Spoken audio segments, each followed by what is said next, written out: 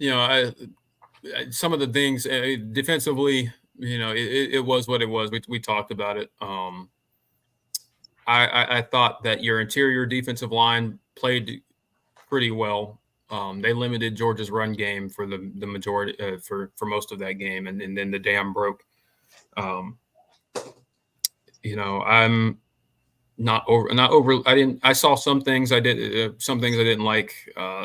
Clearly, Georgia knew that they exploited Clemson kind of east to west a little bit.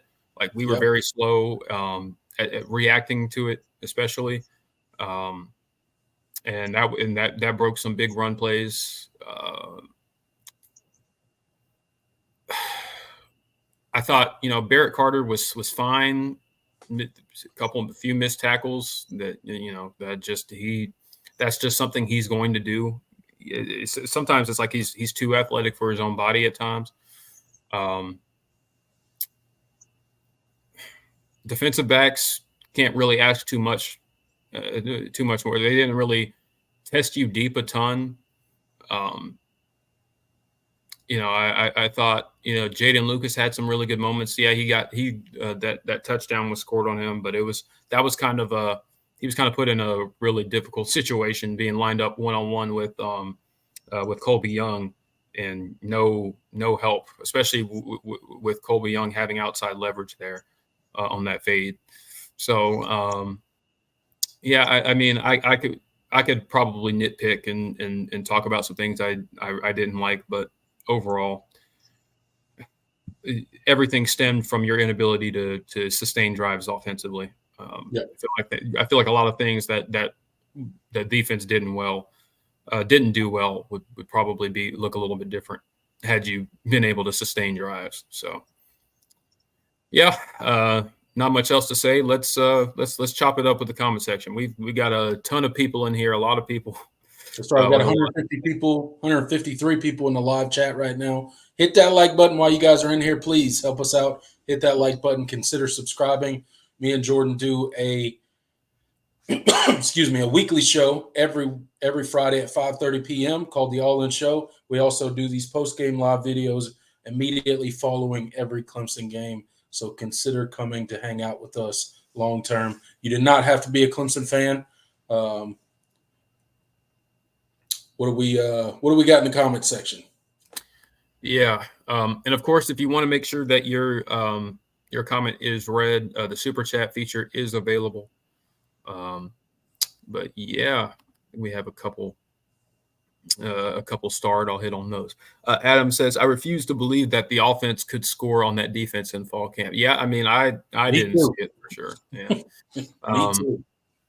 Who knows? Maybe it was just a really, really bad game, and this isn't reflective of what they'll be the rest of the season. But we've seen enough of this story, before to kind of doubt that, the offensive issues have been fixed. It was just a bad game. I don't. Nope. This team still I think this group still has a long way to go. Long way.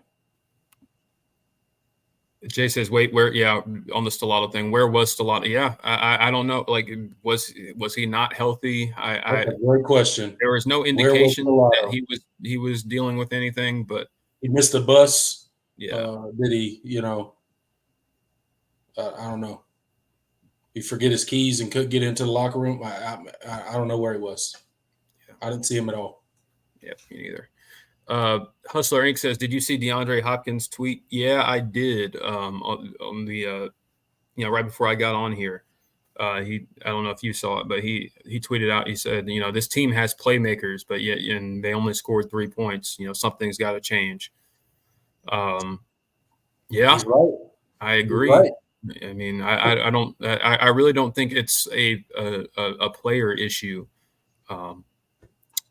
From the standpoint of like you don't have the players. I think you might be playing the wrong players in certain spots.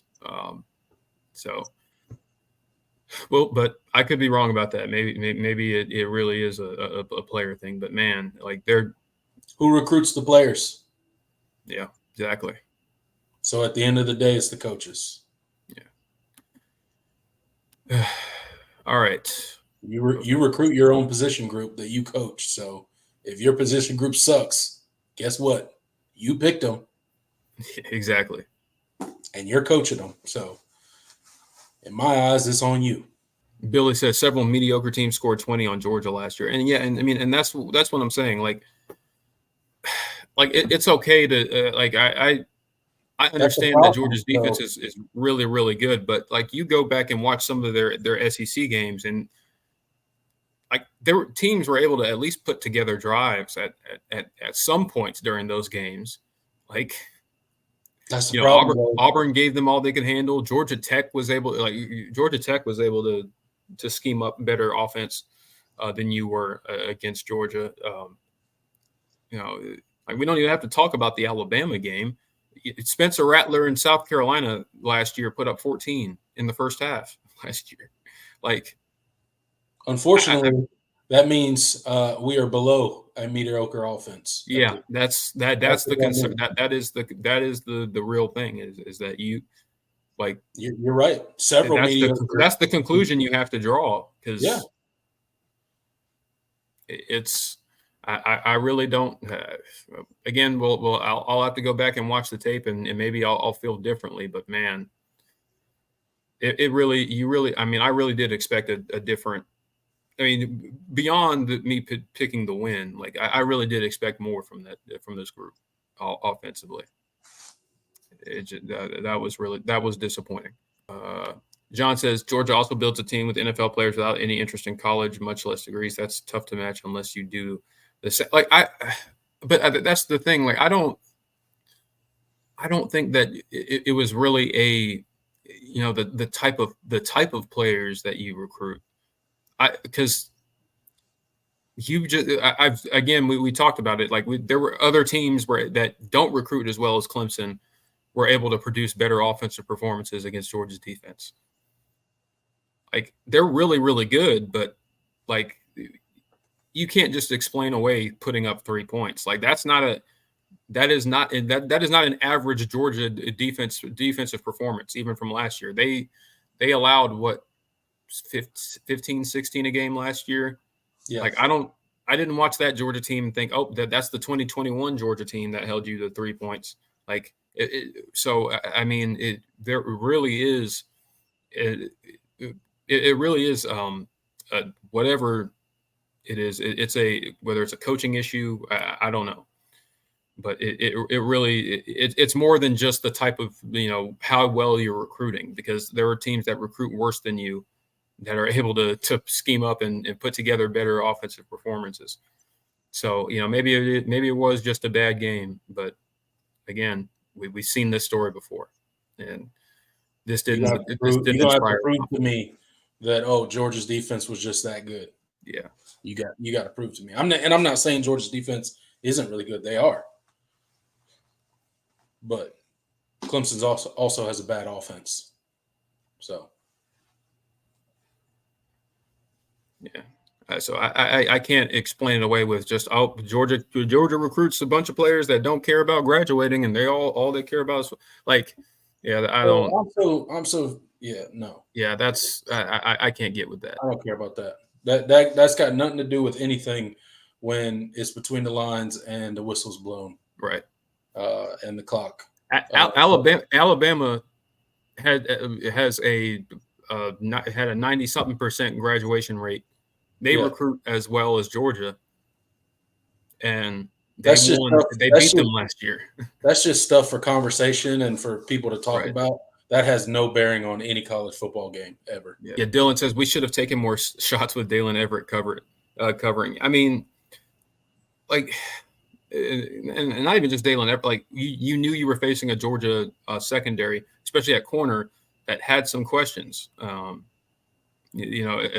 so but you really didn't even really try to test them. That's the we talked about it in the preview last night.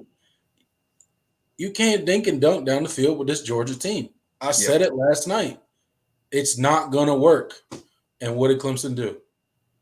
Go out there and try to dink and dunk down the field against Georgia. And what happened?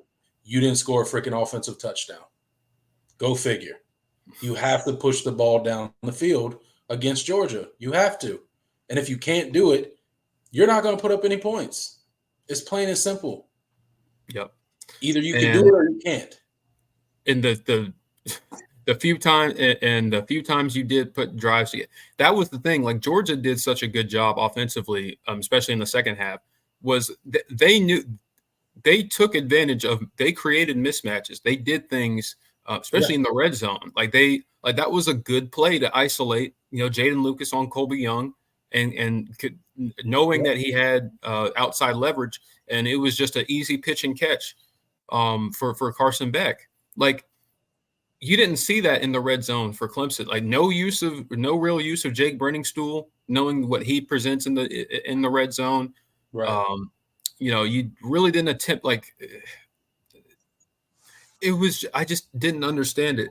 And you talked about the QB counter when Marcus Tate went down and you put in Colin Sadler. Like, why would you call that play and put that on a player that just came on in the game to like he was going to be the difference on whether or not that play was successful or not? Like why that play call, knowing that you just if Marcus Tate was still in the game and you call it and he whiffs on the block, okay, it is what it is. But you have a guy that just came into the game, from an injury, and now he's being asked to pull and make a big block on a future NFL defensive lineman. And if he doesn't, the play is dead. Yeah. Like it's just there doesn't seem to be any regard for personnel or anything as far as what Clemson is doing offensively. And so I don't. It falls on Garrett Riley and Dabo, and I don't know. I don't know who shares more blame in that, but it's. Well, first and foremost, baffling. it's the offensive coordinator. Yeah, You're the one absolutely. scheming. You're the one calling plays. It's your offense. You're the one with the headset on calling all the plays. And I know people are going to be like, well, Dabo's got a hand in it. Sure he does. Every head coach in the country's got a hand in everything. It's their program. But Garrett Riley's calling the plays. So first and foremost, it's him. Secondly, it's Dabo's fault. Yeah, like the lack of creativity certainly was very disappointing. It just, again, you played scared. It was very vanilla. You didn't really do anything you didn't do anything to create easy yardage for yourself. It was just like our idea of easy yardage is throwing a screen or just or attempting a like a quick slant or something. And what's funny is when we did it, it worked, but we didn't do that, enough. And yeah, we don't really have any ways to get our playmakers the ball, like in an easy fashion. It just everything looks difficult. And again, with the screens, I feel like Clemson has some sort of tell there because Georgia was all over it. And then not even just like you were getting beat to the edge, like they were just sitting on top of the screen, like they didn't even have to. Like linebackers didn't have to like run over and make a crazy play. They were on top of it. The DBs were sitting down on them. I don't know. I think they might have a tell there. Jay says Garrett Riley seems like he went into the game saying we're going to run this offense regardless of the opponent. Yeah, I mean it did. It was just kind of a very stubborn game plan, and it was the same. I don't want to say they called like the same plays over and over again, but there was nothing. They didn't give Georgia any like different looks. Like they showed what they showed in the first half, and in the second half, it was just more of the same. Formationally, personnel groupings. I don't know. It did not look good.